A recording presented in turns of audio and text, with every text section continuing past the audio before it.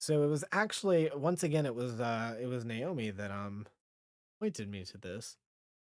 And I should probably give like a little bit of backstory, maybe. Like I don't have backstory like with this person. Catherine is the name of this channel.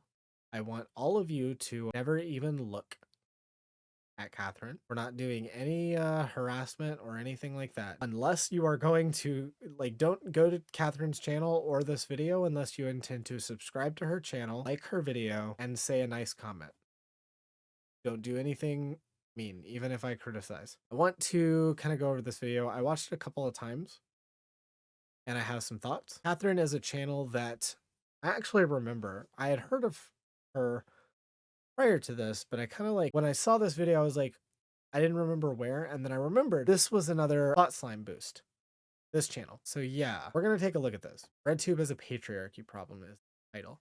This video is 40 minutes long. We are watching it at 2x speed, which I know is going to be still capable for us to actually view the video. Also, as an added bonus, this might be a little mean of me to say, when we watch this at 2x speed, she kind of sounds like an Animal Crossing villager, which is very funny. That's not to like be a dig necessarily. Like, she's got a fine voice.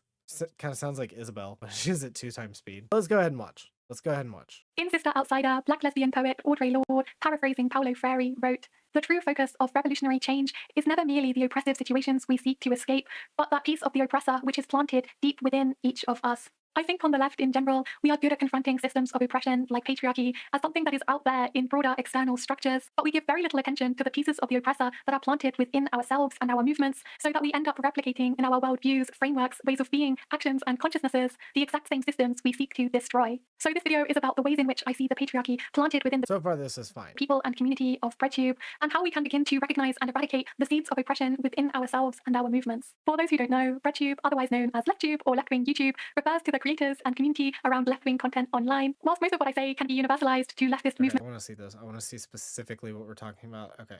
We're talking about Breadtube specifically. We're talking about this group. Obviously, I know that her critique is going to be like, this is just kind of like a snapshot of what Breadtube is, but like, I want to keep in mind this is the type of content she's, yeah, theory too. Dark, and is that Denims? Maybe?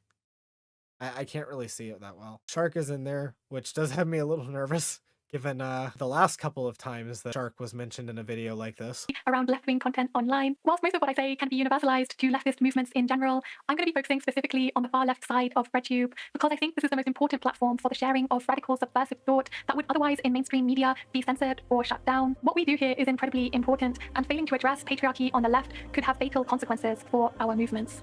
FD Signifier made a brilliant video about the racist framework that underpins Breadtube, so I'll be focusing mostly on patriarchy today. That being said, as Professor Kimberly Crenshaw pointed out in 1989, capitalism, white supremacy, patriarchy, and so on are intersecting systems of oppression, so this video will inevitably be imperfect and incomplete. I'm also going to be making some generalizations about Breadtube. Of course, there are always exceptions. On top of that, I'm white, cis, able-bodied, European, so yeah, of course, FD. Whenever someone out of the debate sphere brings up Shark, I feel like I'm about to learn a new terrible slur. True. Perspectives I'm missing, please share them with me in the comment section. I'm not going to be calling out specific people or using clips as evidence of what I'm talking about, because I think that just results in defensiveness, drama, and moves the discussion to... Okay, so here's the first problem, by the way. Like, the first problem here is 3 minutes in. She mentions that she's not going to be including clips or anything specific about most of the people that she's talking about, which is not good. When you're making a video like this, it's important to show your work, and the problem is that, like, I already agree with the premise that Breadtube has a patriarchy problem. It's kind of self-evident. If you know anything about like patriarchy, like academically, if you know anything about how these systems work, like obviously there's a patriarchy problem within Breadtube, because patriarchy, like there's a patriarchy problem in all of these spheres. However, the critiques having no like specific examples, it's just kind of like saying a lot of stuff and not actually like explaining where, like how you can show it. You're just kind of hoping that everyone who's watching this already agrees with the premise. Which is why somebody who agrees with the premise, Breadtube has a patriarchy problem, can just kind of understand the video. But if you're trying to convince somebody, if you're trying to like show something or like make an actual argument about, you know, exposing an underlying current, you need to be specific. a few bad apples, when in reality, I think there is a whole ecosystem creating this phenomenon, and we are all complicit to varying degrees. And this video isn't about making anyone feel guilt or blame, it's an invitation for introspection. This is crucial, scary, challenging, but ultimately deeply rewarding and transformative work.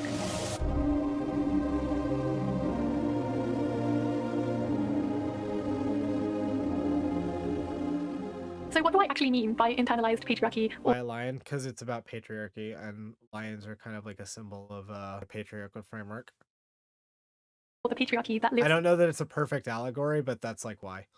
within? Well, gender is not inherent, fixed, or innate. It is a social construct that from birth assigns us binary roles of either a man or a woman. These roles are socialized into us at every level of society, from our families, education system, media, and governments, such that it might not only become what we think, but how we think. This harms women as the subordinated group, queer people who don't fit the gender binary, and less discussed is how this also harms men. In How Can I Get Through to You, family therapist Terence Real calls this early indoctrination into patriarchal thinking the normal traumatization of boys. The way we turn boys into men, he writes, is through injury and violence. We force men to wear a mask of a false self and reward them for this act of soul murder. We sever them from their capacity to emote, to feel, to be vulnerable. We subject them to sadomasochistic power struggles designed to turn them into patriarchs. Their suffering is as concrete as empirically observed trends of poor health, alienation, overwork, shallow relationships, and unaliving themselves. So when I talk about Breadtube internalizing patriarchy, the core of what I'm getting at is the wounds, the traumas that we carry inside of ourselves that result from this coercive indoctrination into patriarchy. This pain is internalized, it festers and gets projected outwards in subtle yet pernicious ways. Again, so like nothing here is necessarily incorrect, but how does this connect to Breadtube?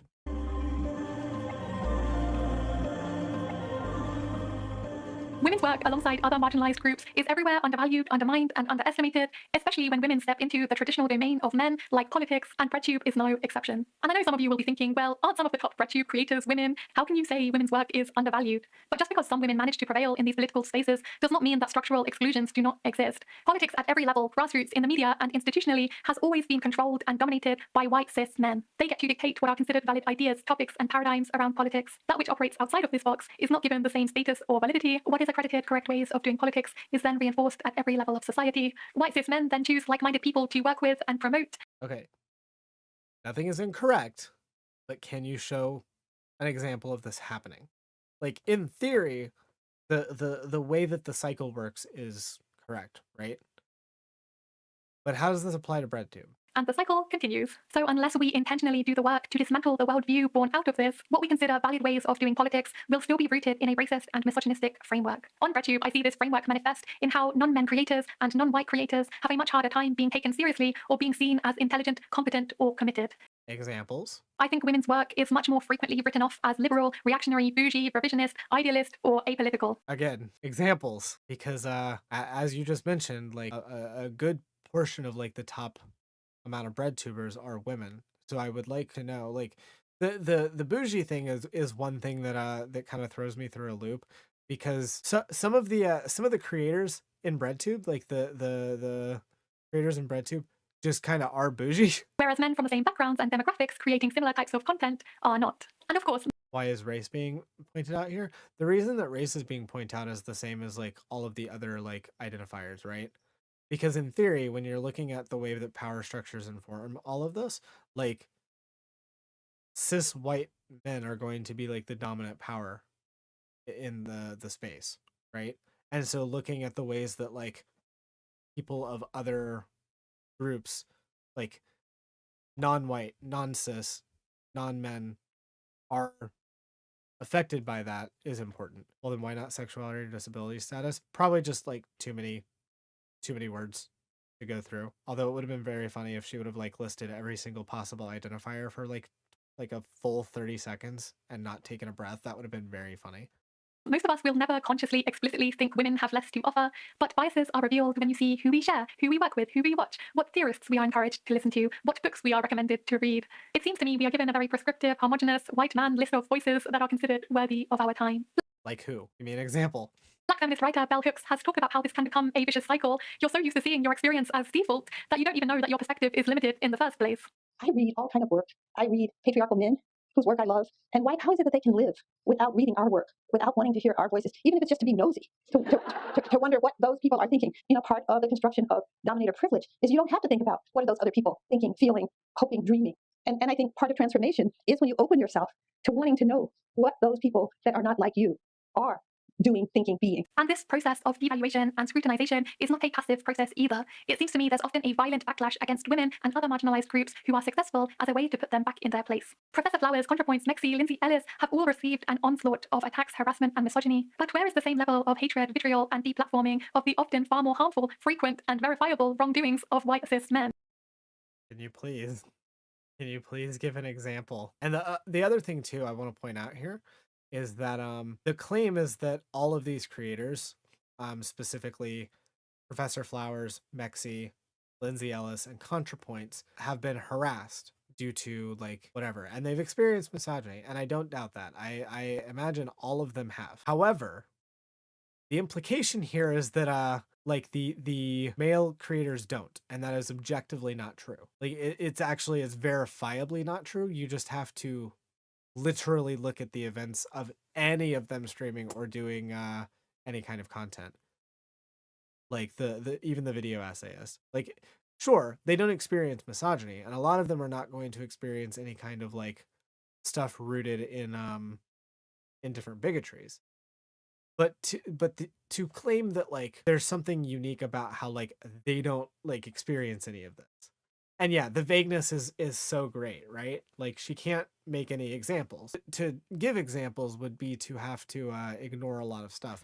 You know how like when a lot of the video essayists that make stuff like this, and this has happened in almost all of them, will make videos like criticizing like say Vosh, for example, and then we'll do the whole like talking about intersectionality or like trying to vaguely assert intersectionality and talk about, you know, how like cis white male privilege, but then also forget like all of the other different ways that someone is, all of the other different like marginalizations that Vosh has, or like Kevels, or like any of the other like streamers in this space that are always talked about.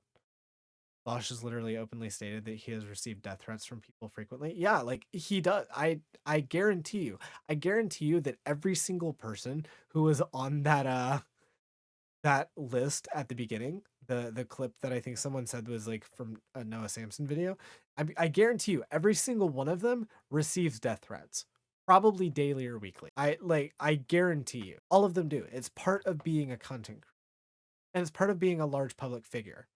To me, this double standard is not only indicative of internalized racism, transphobia, and misogyny, but also how when women step out of line in terms of gender expectations, they are targeted as a way to say, get back in your lane, you're encroaching on our territory. And the sad thing is, many do get put in their place. After the violence they received, Mexi left Twitter, Professor Flowers rarely uploads, Lindsay Ellis left YouTube, and ContraPoints has been on and off both platforms. As in so many other men-dominated work fields, we are once again silenced, invisibilized. I don't know that this is a patriarchy problem, and more so it's a problem with the medium of streaming. Patriarchy is going to be a part of it, don't get me wrong, like that's obviously true, but like I don't think that's the main issue. And yeah, like Storm said, the people who like make these types of videos are the ones that scared Lindsay Ellis off of the platform. So fade into obscurity. What often ends up happening in this context is that in order for non-white cis men to survive and be taken seriously on this platform, we start to self-censor ourselves to cater our content to a white male audience, especially as it's more lucrative to do so since men make up the majority of Breadtube viewership. So we might start to create dry, theory-heavy content, taking a hard stance about capitalism and class, burying our emotional selves, and making ourselves as attractive as possible to the male gaze.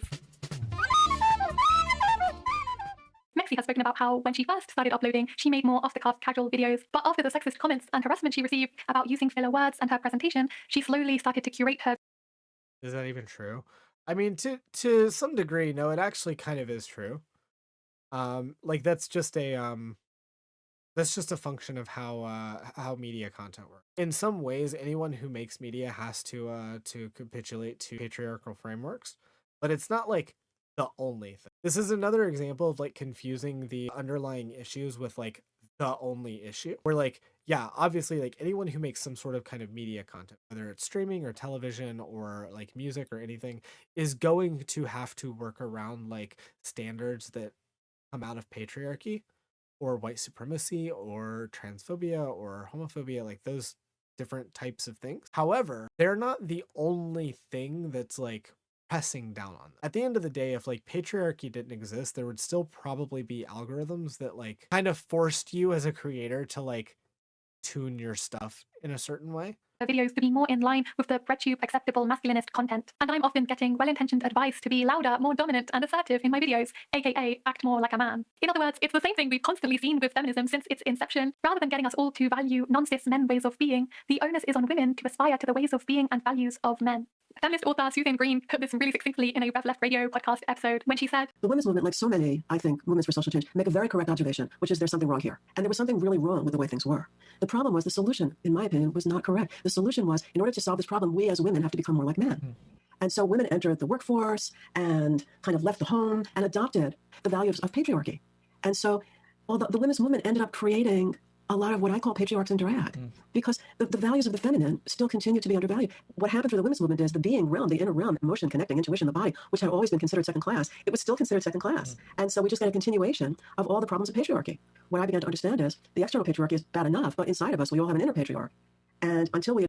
Naomi, the point that she's making is not that like those are necessarily like those make one masculine. The point that she's making is that those characteristics are often associated with like masculinity, and since patriarchy kind of like informs some of the ways that you as a creator have to present yourself, like you have to do more masculine things. That's at least the argument, and I don't think it's disagreeable, but again, she's not providing examples. She's just kind of generally speaking about it. The inner patriarch, I don't think anything's going to change. And for me, the problem with the women's movement was the inner patriarch never got addressed. And I know at this point, some of you are probably thinking, well, my work just isn't that good. I'm just bitter. And perhaps there is some truth to that. I still have a lot to improve on, and not everyone is going to like my content, and that's perfectly valid. But I also think it's important to investigate, why do you think this content is not as good?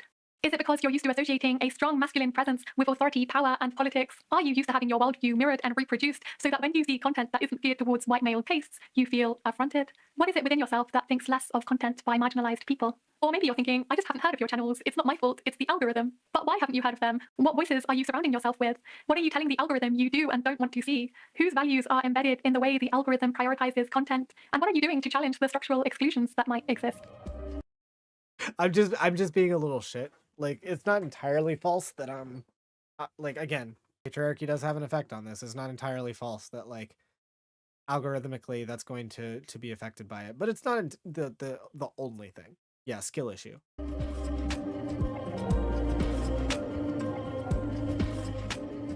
Breadtube seems to have a general disregard for feminism. Often this manifests in a class reductionism where there's an assumption that as soon as we have a classless society, all other social issues like patriarchy, racism, and transphobia will simply wither away. So a separate push for so-called identity politics is seen as unnecessary and a distraction from the key goal of achieving a socialist or communist society. When feminism is brought up, it's often used instrumentally as a tool to garner attention to other issues and then conveniently forgotten at other times. Like, it's okay to tokenistically bring up how women are impacted by class, not because you really care about them, but in order to further your agenda of a communist revolution. Through doing more co-ed organizing, I realized that women's issues were kind of put to the side, or not centered enough, or maybe taken for granted, or lumped in with the larger political project. Yeah, absolutely, and I've found that to be true as well. In a lot of radical left-wing organizations, there will be sort of an assumption, at least in some organizations, that because we're already radicals, like feminism is already built in, I don't need to spend much time thinking about it or interrogating myself on my blind spots as, perhaps a man in those spaces. And I think that's a critical error that a lot of times ends entire organizations. Even when Breadtubers aren't outright class reductionists, there's often a subtle class reductionism where people talk about social issues whilst failing to acknowledge how they intersect with other systems of oppression, like patriarchy. I've done this too. I've made videos about the causes of climate change without acknowledging how climate change intersects with other issues like patriarchy and white supremacy that conditions white men into the conquest, control, and colonization of the earth. And I've made videos about dismantling capitalism without acknowledging that capitalism is a logical extension of thousands and thousands of years of patriarchy based on hierarchy, competition, and power. In the same way, we can't really talk about being anti-police, anti-military, and anti-the Israeli state without acknowledging that the values that undergird this violence are inherently patriarchal. Okay, so I want to point out too, it's really funny with this point that like it's brought up because she's not wrong. There is a lot of class reductionism in Breadtube. Problem is, the class reductionism is coming from the people who make content in this like circle of video essayists. Like, she's not wrong that there's a disregard for intersectionality and in favor of just being completely class reductionist when it comes to analyzing like the struggles of like capitalism or of climate change or anything like that. The problem is it's usually the video essayists doing this. Yeah, it's Peter Coffin types. I've also noticed a worrying trend of vulgar anti-feminism, where when feminism is brought up, it's usually only talked about in the context of critique, only ever drawing attention to its worst elements. Of course, there are many things that... Can you show an example of this? Because I really don't see that happening that much in Breadtube. Like even with the exception of the aforementioned tankies that do video essays, like I really don't, even in the video essayist circle, most of them are like not doing critiques of feminism, and I don't really see this with streamers either. That absolutely should be criticized about many iterations of feminism, like its racism and transphobia. But if our only engagement with feminism is via critique, it gives a lot of leverage to the dismissal of feminism altogether. When I think it's one of the most important movements of the 20th century, we should be able to do both, be critical, but also open to learning from and being humble torch carriers. So I can't tell where this is coming from, because again, where's the criticality? I don't see a lot of people in this space doing like a lot of like fuck feminists kind of shit. Like we criticize TERFs, which I guess is like bastardization of feminism, but like To this incredible lineage. So much of left-wing cultural work today is to try to re-show people coming up that actually you do belong to a fascinating, beautiful, gorgeous tradition of radical, feminists and workers and, anti-colonialists and, people that stood up to power and wealth and fought back, and many of them laid down their lives for it. And that tradition has been wiped out, but we can reclaim it. When feminism is talked about in a positive way, another issue I've come across is that only certain forms of feminism are accepted. Leftist men can dunk on right-wing people because they can prove their dominance by inflicting humiliation, pain, or visible signs of inferiority upon others. They can stick up for women being harassed because to do so is protective, chauvinistic, charming. They can take to the streets in abortion protests because to do so is tough and strong. But woe betide the man who rejects masculine conditioning. Wait, is the implication here that women don't protest or do like debates or engage in these things? Because like then, I mean, I know you're going to circle back around to like, well, them doing this is just another extension of them having to do it because it's like masculine and therefore patriarchy forces them to. But like, I'm not exactly sure like what the implication here, because like, yeah, men are like safer to do those things, but like like broadly speaking, the abortion protests and stuff were not just like a male dominated thing entirely. Not in the same way. And embraces softness, emotionality, and vulnerability, or the man who intentionally works towards abolishing the gender binary, or the man who steps forward and takes responsibility for the fact that he has harmed women. In other words, it's okay to display your feminism, but only so long as it reinforces your masculinity and doesn't challenge you in any way. When feminism is so trivialized and undervalued, it doesn't take long before it's thrown under the bus completely. For example, many creators feel justified in sexualizing women, using ironic misogyny, sending their followers on harassment. No. Ironic misogyny. Also, like, what? Wait. For example, many creators feel justified in sexualizing women, using ironic misogyny, sending their followers on harassment campaigns against women, laughing at feminists, and using words like bitch and slut when Okay, so we're talking about Vosh. This is just about Vosh. talking about women they don't like. Yeah, it's literally just Vosh. Like we're just talking about Vosh again. But also like this is the problem too. This is why this kind of like video isn't working, is because if you don't have the examples, you're just asserting that a thing is happening and hoping that everyone understands your reference. It seems there's a pervasive idea that sexism and misogyny are okay as long as it's against the right people. I mean, I guess it depends. And also like, this is the it's the JK Rowling thing. Yes, I don't care if somebody does ironic misogyny to JK Rowling. Fuck you. Speaking from personal experience, when everyone else is Oh, I'm so sorry, Jessica. I hadn't considered that. I've been owned in the marketplace of ideas. ridiculing feminism, it can be very easy as a woman to start to distance ourselves from feminism and feminists by resorting to a cool girl mentality, where we're like, I'm not like other girls. I don't care if you make sexist jokes. I'm not going to call you out or challenge you. I want to be one of the guys. Capitalism and class is the only thing I care about. I think this is So the argument here is pick me. That's the argument. The argument to there being women or like trans women or black men or black women or black trans women or black trans men or like anyone, like any other marginalized group in this space that is like chill with the thing. It's just pick me. That's the retort. an understandable survival strategy Yeah, it's a call out post, but no one knows who's being called out. because we are so frequently accused of making false accusations, being boring, emotional, irrational, or bitchy. In the same way, I also think the dismissal of feminism from a man can also be understandable. If, as a man, you've been told your whole life that patriarchy is a privilege and all you feel is pain, you feel justifiably resentful. And when no one has shown you empathy for your suffering, it's hard to have empathy for others. It can be easy to cling to just focusing on class, the one where you, as a man, are marginalized, to validate your sense of victimhood. All this to say, I think it's so important we all get curious about where our dismissal or devaluation of feminism is coming from. Do we not mention feminism or identity issues very often? If so, why not? Do we have some form of class reductionism, vulgarity? I don't like this like audiobook style shit where she's like ending every little like section with like a bunch of questions to ask yourself. I think it's kind of cringe. I'm just gonna say, like, I think it's just kind of cringe. feminism or cool girl mentality? If so, what is it within ourselves Oh, that hey, can't hold Chainsaw. space for these issues? How does this manifest in ourselves and our work? And how can we challenge ourselves on that?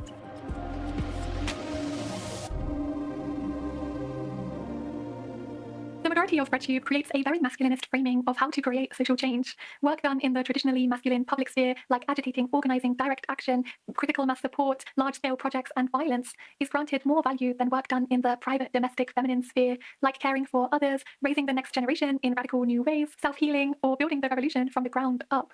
Can you give an example of that? Can you show me an example of how this is true? Like, and I also feel like, yeah, direct action is masculine today, I learned. But like, wasn't the argument, at least I seem to remember back in the day, like the argument that was like it's all direct action, like even this kind of stuff is considered direct action. The problem is that, like, yes, while in like the streaming space or in like the video essayist space, doing like the advocacy work or whatever is like the hot thing.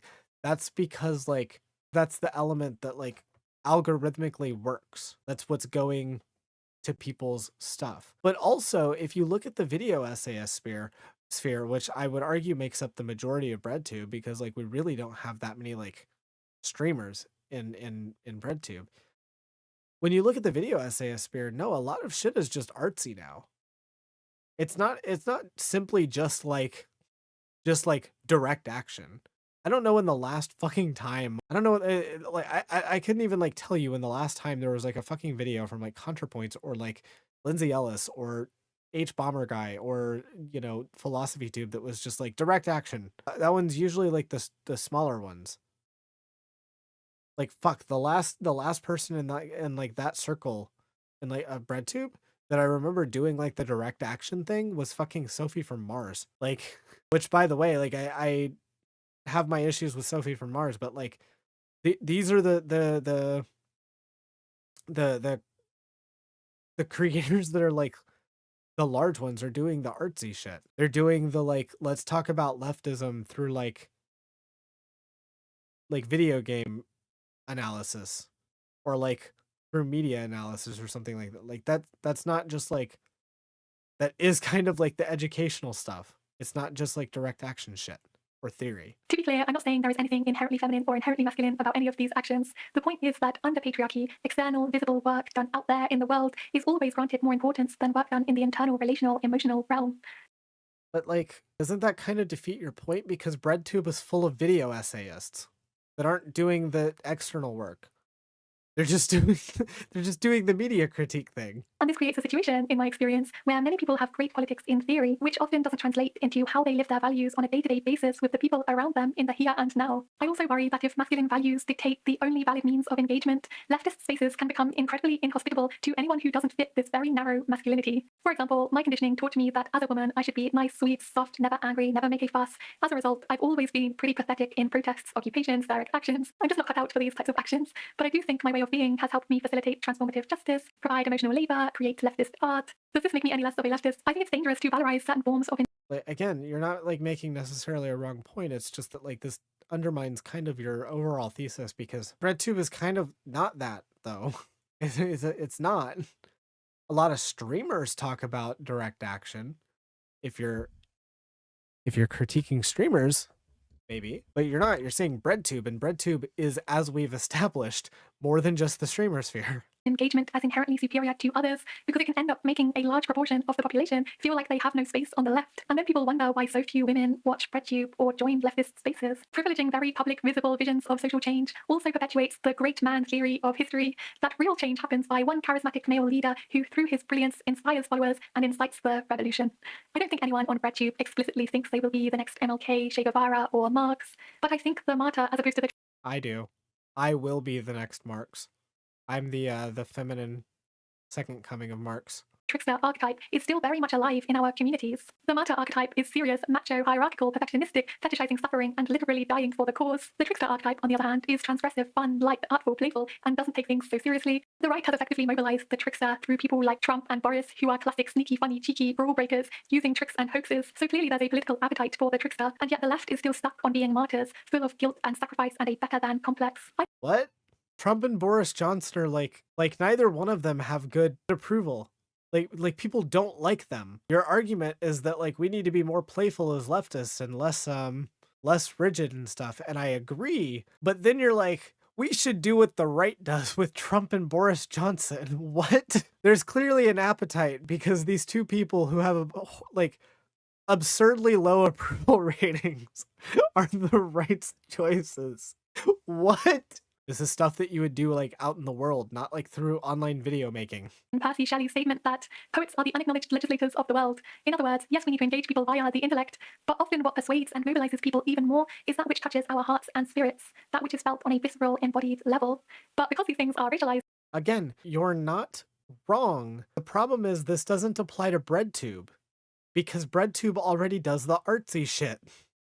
and feminized as irrational and emotional, they aren't granted the same level of importance. This intellectual dimension to revolution is also evident in I swear to God, every single one of these video essayists will be like, I want to criticize Breadtube, and Breadtube is like this whole thing. And then they'll be like, also, Breadtube thinks this. And then when they are saying Breadtube, they mean streamers. Because that's what we're talking about here. It's streamers. Because the video essayists are already broadly doing the art stuff. They're already taking all of that concept and applying that. It's mostly just streamers that are doing the quote unquote like intellect or logic. Now, obviously, like in the video essayosphere, they do still have like the theorists and shit like that.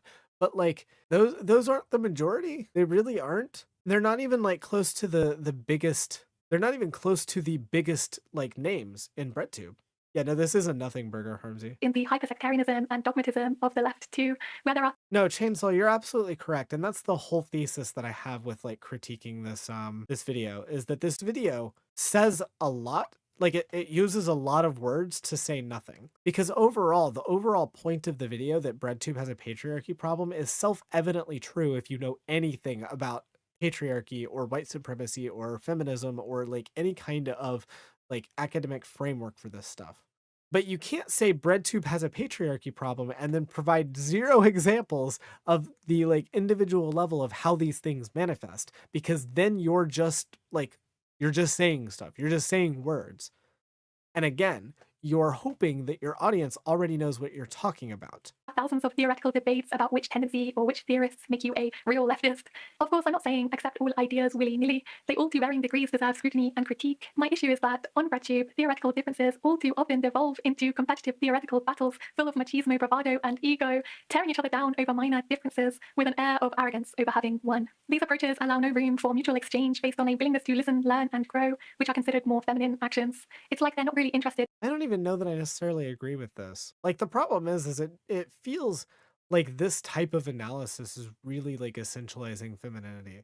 It really does like feel like in a lot of ways we're just kind of pitting masculine against feminine, and we're just kind of like arbitrarily deciding which one of these things are considered like not valuable because they're like more feminine coded, and then saying, well, like because this is like more culturally feminine, therefore patriarchy is preventing breadtubers from doing thing, which it's clearly not, because like breadtube is a very broad category, and you can find a lot of examples of that not being the case. I mean, the whole point is about talking about these things to try to find out what's right and wrong.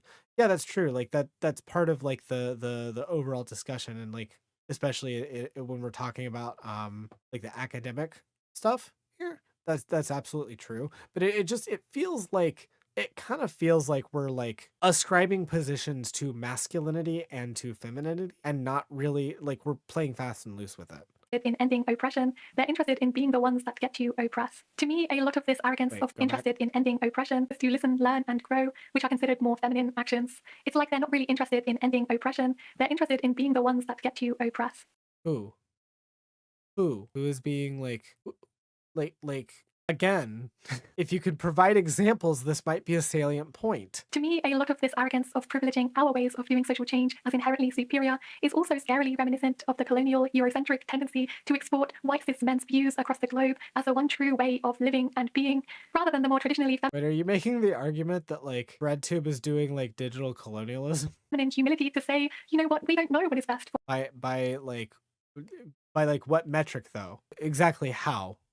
other peoples and places. What strategies are necessary will differ across cultures and time. A diversity of ways of doing and perspectives and worldviews are healthy, and we should each be enabled to take our unique gifts, interests, passions, and put them into fruition so that everyone can do what makes them most excited and energized. To be clear, I don't think this privileging of masculine action at the expense of the feminine is intentionally or maliciously done. I think men are generally not granted any power within in the internal emotional relational realm, so they have to find power without. So if you haven't been able to prove you're much of a man by being rich, tall, a leader, or sporty, Breadtube can offer an opportunity to assert a patriarchal presence. This still feels like you're essentializing men. Like, cause you're doing the kind of like thing where you say, well, obviously, like, you know, men don't choose to live under patriarchy and then like benefit from like social privilege.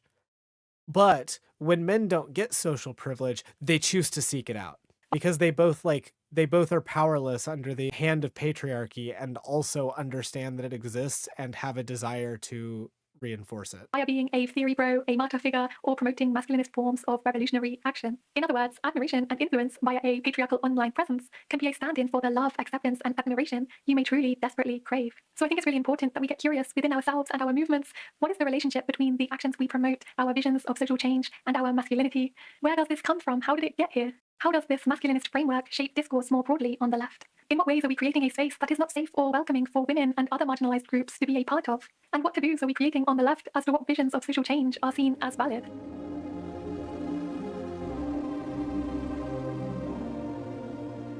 So to end this video, I just want to say Breadtube is one of the most significant platforms for the sharing of revolutionary thought, but because we haven't done the work to root out our own colonization into patriarchal as well as white supremacist, cis-normative, capitalistic structures of consciousness, we end up entrenching the same voices, values, worldviews, and ways of being on the left, such that we might succeed at tearing down external oppressive structures and step right into their shoes and become the very thing we sought to destroy. And it terrifies me to think what impact this has in limiting perspectives and actions taken in real-life organizing, what ideas and issues are left out and undervalued, and what damage this does in reaffirming that women and other marginalized groups are inherently inferior. I think at this point, people often recommend reading more broadly, listening to women and other marginalized groups, supporting and promoting us. And yes, I think these things can absolutely be valuable, but unless we are getting to the root of the problem, these will only ever be superficial and temporary solutions. To really root out the patriarchy that lives within requires addressing the fundamental trauma of our conditioning under patriarchy. And this goes for all of us, not just men. As I mentioned at the beginning of the video, patriarchy is a wounding. Again, I still don't like this. For one, even though she kind of like hand waves the idea of it being like a just, you know, listen to marginalized groups. That's what this is. Ultimately, this video is still like just listen to marginalized groups. Once again, I've said this all along. It's not that you shouldn't listen to marginalized groups. It's that how do you determine which ones to listen to? On the other part, when she then continues and is like, you know, well, but it's not just as simple as just listening to us. We have to do the work to like overcome this. But like, how? Can you give me an example of like how we're supposed to do this? What are you asking for? You're saying overcome this. You're saying, you know, work through this like trauma that we all like share or whatever. Are we talking about like the only because like the way that this sounds like, okay, so what we're like the way to do this is to end patriarchy. I don't know. I don't know about you, girl, but I don't think I'm going to be able to end patriarchy to try to stream next week. I don't think I'm going to be able to do that. I think I'm going to have to stream. Patriarchy is just going to have to be ended. I don't think I can do that. I don't think I have the power. And I know I'm being facetious here. I know that's not necessarily what she means. Yeah, skill issue. I know that's not exactly what she means, but like also what does she mean? Like, how are we working through it? What is she asking? If it's not as simple as listening to marginalized voices, what are we supposed to do? Like, what do we do on the personal level to overcome patriarchy? We all know that hurt people hurt people. Prison abolitionist Danielle Serret has a brilliant expression that no one enters violence for the first time by committing it. Underneath the most patriarchal oppressive being, there's usually a wounded child crying for help. That's not to excuse or rationalize their behavior, but an invitation to, with love, understanding, compassion, and accountability, self-investigate. I'm curious in what ways patriarchy is living within me. How did it get here? Where did it come from? In what ways did internalizing patriarchy emerge as a strategy of survival? In what ways do I allow this to govern the work that I do, the voices I listen to, and the way I just know that this is going to be screenshot. Like all of these things are going to be screenshot, and someone's going to like some right winger is going to take them and be like, this is a screenshot of a PowerPoint that was given to my kids in 4th grade. see the world. What is the relationship between my own pain and the harm I am inflicting outwards? I'm sorry. I don't like this structure. I don't. I like reading books that have like the like questions of like, you know, like more things to think about and like ways to follow along with like a book. And like when an audiobook does it, it's fine because I'm like supposed to be doing that. I don't like it in video essays. How would I actually be able to heal this wounding? How can I make amends? How can I get to the most liberated version of myself? And this isn't just an intellectual exercise to ask ourselves these questions. A lot of it has to be felt too. The poet Robert Bly called on men to set free the wild man within, in the hopes that in a safe space they could let their souls speak, they could weep and howl and create and play and find again the spirit within. To sit, nurture, look at ourselves and each other, the harm that we have caused and our internalization of oppression, not with shame and blame, but as a wounded child that is hurting. It changes the conversation and it changes what is possible. I also don't think this is work that has to be done totally alone. I would love to see us creating on Breadtube love-based communities to help ourselves and each other grow. Please define what you mean, please. If we are replicating oppression in ourselves and our communities, we know there is healing needed there, healing and accountability. To paraphrase prison abolitionist Adrienne Marie Brown, I would love to create communities where, when harm has occurred, we can say, we are flanking you, we have got you, we are holding you, we are attending to your healing, providing a love that can shelter each other's wounded spirits. I think when we really do the work to rid ourselves of that piece of the oppressor which is planted within ourselves and our movements, that is when we on Breadtube and beyond can begin to do our best work. Very much in line with the writer Sonia Renee Taylor's work on radical permission, I truly believe we each have something life is calling into us which is in alignment with the most liberated, authentic, and embodied version of ourselves. Yeah, just do it. Just pull yourself up by the bootstraps and beat patriarchy. In the core of us, the deepest, darkest, quietest, most disavowed parts of ourselves, whether you call it the soul, gut instinct, inner wisdom, spirit, God, or something else, we each know what is true for the contributions that we have to make to this earth. To get to that place of knowing requires us to liberate ourselves from internalized patriarchy. I guess the biggest thing I hope people take from this video is that yes, we must have a rebellion in the world, but also a rebellion in our consciousnesses. Not only dare to take to the streets, but also dare to heal and do the work of relational recovery. Absolutely be loud, ferocious, and angry, but also have the capacity to be quiet, still, look within, feel within, listen within, welding our outward political social revolutions with this deep inner reflection and evolution of our consciousnesses. That's the video. So what do we think about this, huh? I didn't like this video. I don't know that much about Catherine. When I was subscribed to her channel like years ago after the Thought Slime boost, I think I watched like maybe one or two of her videos and I thought they were fine, but I don't remember there being anything special. So I also can't like speak on whether or not as a creator, Catherine does good content. What I can say is that I don't like this video and I think that it's bad for a couple of reasons. The first is that it is way too vague in general for the like type of argument that it's making. Like this essay is trying to make a thesis that Breadtube has a patriarchy problem. And in doing so, it talks vaguely about like the theory of patriarchy in regards to how it could possibly relate to Breadtube, but because there's no specific examples of how this manifests, what like specific creators might be doing stuff to reify this like concept within Breadtube, or how like we can do anything about it, it just ends up being a lot of words that says nothing at all. That's the whole video. And this was a 42-minute video. We watched it in like, well, I mean, we watched it in a lot more, but like in theory, it would have been 20 minutes if I had just played it through. Like this video is too long to say as little as it does, honestly. And like, don't get me wrong. Again, Catherine is probably like a good person, and probably I like generally will probably agree with her more than I disagree with her. But it feels like this video is doing a lot of the like same stuff that creators like Soul Bunny did, but just not owning up to it, and that feels more cowardly. At the very least, Soul Bunny actually said the C-slur with her full chest. This video is just like vaguely gesturing at content creators reifying patriarchy, but then not providing any examples of it. Yeah, that's all I gotta say. I don't really have anything else. Like, this video is bad, and it, like, yeah, it's fluff. It literally is. It's just like it's just like you would put this feels like the video essay equivalent of like a noise video. I long for a video essay that doesn't feel like a horoscope. True. Is this a style of a video, a cornbread tube initiation thing? Oh my god. But yeah, anyway, that's all. I just kind of wanted to go over this. I think this video, like, again, please, please, please, please, please, please, please, please, please, please, please,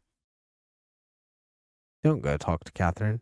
Don't go to her video. Don't leave a comment unless you are going to go to her channel to subscribe and leave a nice comment on her video and like her video and all of that. Don't do anything. I don't want anyone to be mean to her or to harass or brigade or anything. I don't like this video, and if you have watched this creator and you like her stuff, if you like Catherine, good. Continue watching her stuff. Like what you like. I'm probably not going to watch more of her videos unless I see one that like seems like interesting enough to watch. But you all should if you like her stuff. Please do not harass her. Anyway, that's about all I got for this. So I will see you in the next one. Thanks so much for watching. If you like this video, make sure to leave a like, a comment, and subscribe. And if you'd like to support the channel further, you can become a channel member by clicking the join button, leave a super chat or a super thanks. You can become a patron at patreon.com/SaigeAlexis, or you could donate to my coffee. The link for that will be in the description below. Thank you so much, and I'll see you in the next one.